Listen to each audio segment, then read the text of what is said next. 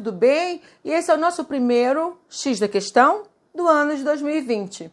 Então a gente está vindo com um tema bem interessante. Esse tema, eu estou aqui seguindo a lista ainda do que ficou do ano passado, que alguns alunos me perguntaram. Então eu estou voltando com esse tema. Quem tem ali o poder de gerenciar um imóvel?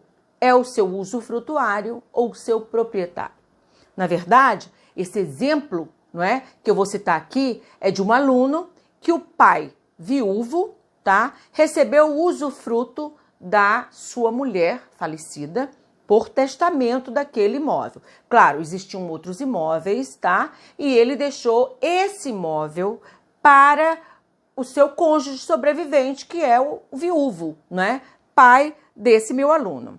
E os outros irmãos estão numa discussão com o pai, dizendo, olha, eu sou proprietário do imóvel, o senhor é usufrutuário, mas eu sou herdeiro, eu é que mando aqui, o senhor não pode me tirar daqui. Então, por muitas vezes, fazendo qualquer tipo de coação, né, com o idoso e pressão com o idoso, não é? Então, chegando até a desrespeitar o idoso, dizendo que tem a propriedade porque são proprietários. Na verdade, existe uma diferença, sim, e grande, e a gente vai ver agora, entre usufrutuário e proprietário, tá? Claro que se só tivesse esse imóvel, o idoso, sim, esse cônjuge sobrevivente, já teria ali de cara o direito de habitação. Não é? Porque isso hoje independe do regime de bens, não é? Até o regime hoje de separação total de bens, o viúvo tem um direito de habitação daquele imóvel, tá? Até a sua morte, independentemente de quem ele coloque lá dentro, tá? Agora, esse pai sobrevivente, que se não me engano tem 82 anos, e tem esse aluno e mais outros irmãos, ele é herdeiro? Não, não é herdeiro. Sabe por que ele não é herdeiro? Porque o casamento dele não é o atual que rege hoje em dia os nossos casamentos, os atuais de quem casa hoje, que seria comunhão parcial de bens. Mas ele é melhor do que herdeiro, ele é meeiro. Ele é daquele casamento ainda da comunhão universal de bens. Então este senhor, cônjuge sobrevivente, que é viúvo, ele tem a metade do patrimônio. Então ele é também proprietário. E também é usufrutuário, tá? Estes filhos que estão lhe criando problema não são usufrutuários, são herdeiros, ou seja, são proprietários nus, assim como também o senhor que ficou viúvo é proprietário nu, ou seja, no proprietário, ou seja, também é dono do imóvel. Ele é dono do imóvel e usufrutuário. Quem tem a posse desse imóvel? Quem tem a posse desse imóvel é o usufrutuário. Ele pode dispor do imóvel, alugar o imóvel, auferir, se ele locar o imóvel, fizer uma locação, auferir as rendas, porque ele tem os usufrutos, porque ele é o usufrutuário. E naquele imóvel ele tem o direito de dizer quem permanece ali, quem ele quer. Se por acaso ele estiver sofrendo algum tipo de ameaças, não é? Ele pode, então, pedir para que essas pessoas que estejam ameaçando esses filhos se retirem, não é? Porque ele tem ali o poder total daquela propriedade. Ele é usufrutuário. Existem casos até que o usufrutuário nem é proprietário, não é alguém que é herdeiro e que tem ali o usufruto destinado em testamento. Nesse caso, na hora que se faz ali o inventário, a partilha de bens, não é? Que se formou o espólio, vai se fazer o inventário, lá no registro de imóveis fica constando que aquele viúvo, no caso em exemplo, ele é proprietário e usufrutuário daquele imóvel, tá?